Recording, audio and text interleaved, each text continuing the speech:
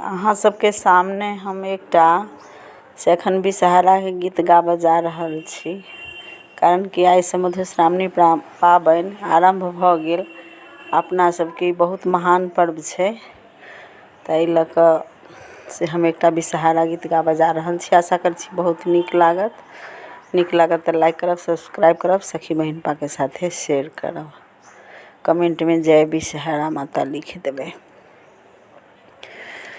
आऊ आऊ आऊ विषहरी आंगना हमार, विषहरी आंगना हमार,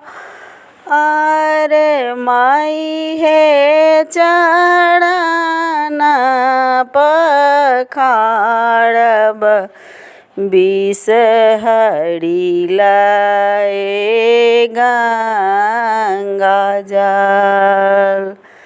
आओ आओ आओ विषहरी आंगना हमार, विषहरी आंगना हमार, माई हे चरण पखारब, विषहरी लाए गंगा जल। राम चरण पखारब,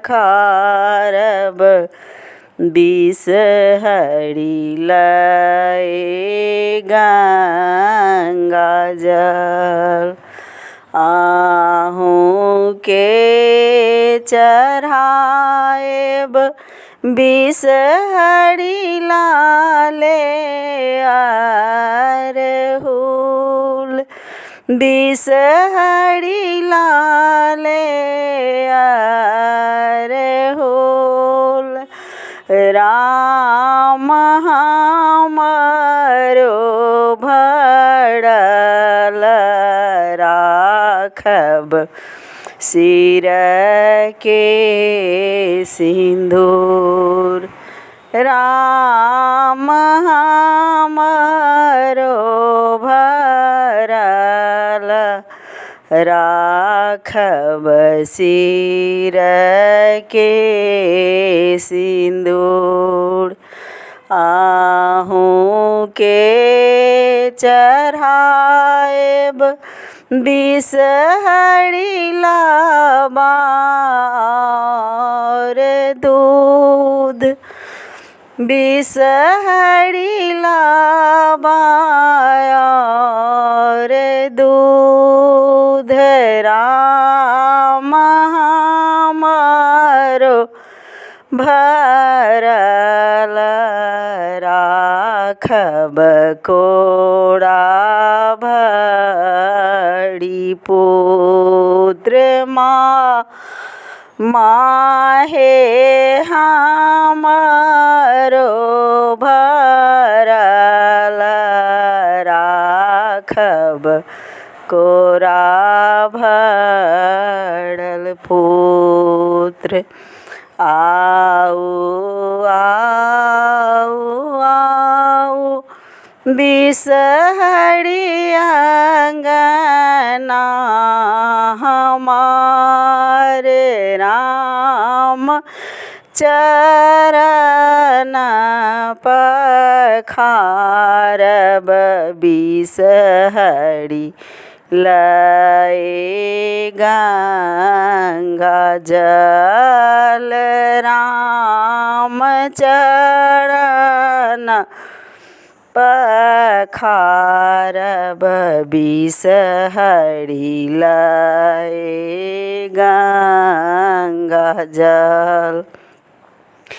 आहाँ के चढ़ाएब, विषहरी थार भरि मधुर, विषहरी थार भारि मधुर राम हमरो भरल रहे नैहर ससुर माहे हमरो भरल राखब नैहर ससुर अहाँ के चढ़ाएब विष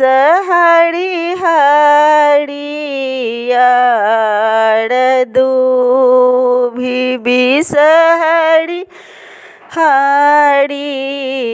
हरियर दूभि राम सब ठाम सब खना रहब सहाय राम सब दीन सब ठाम रहब सहाय फल माधे तुलसी नैवेद माधे पान राम देवी माधे पाँचो बहिनी रहब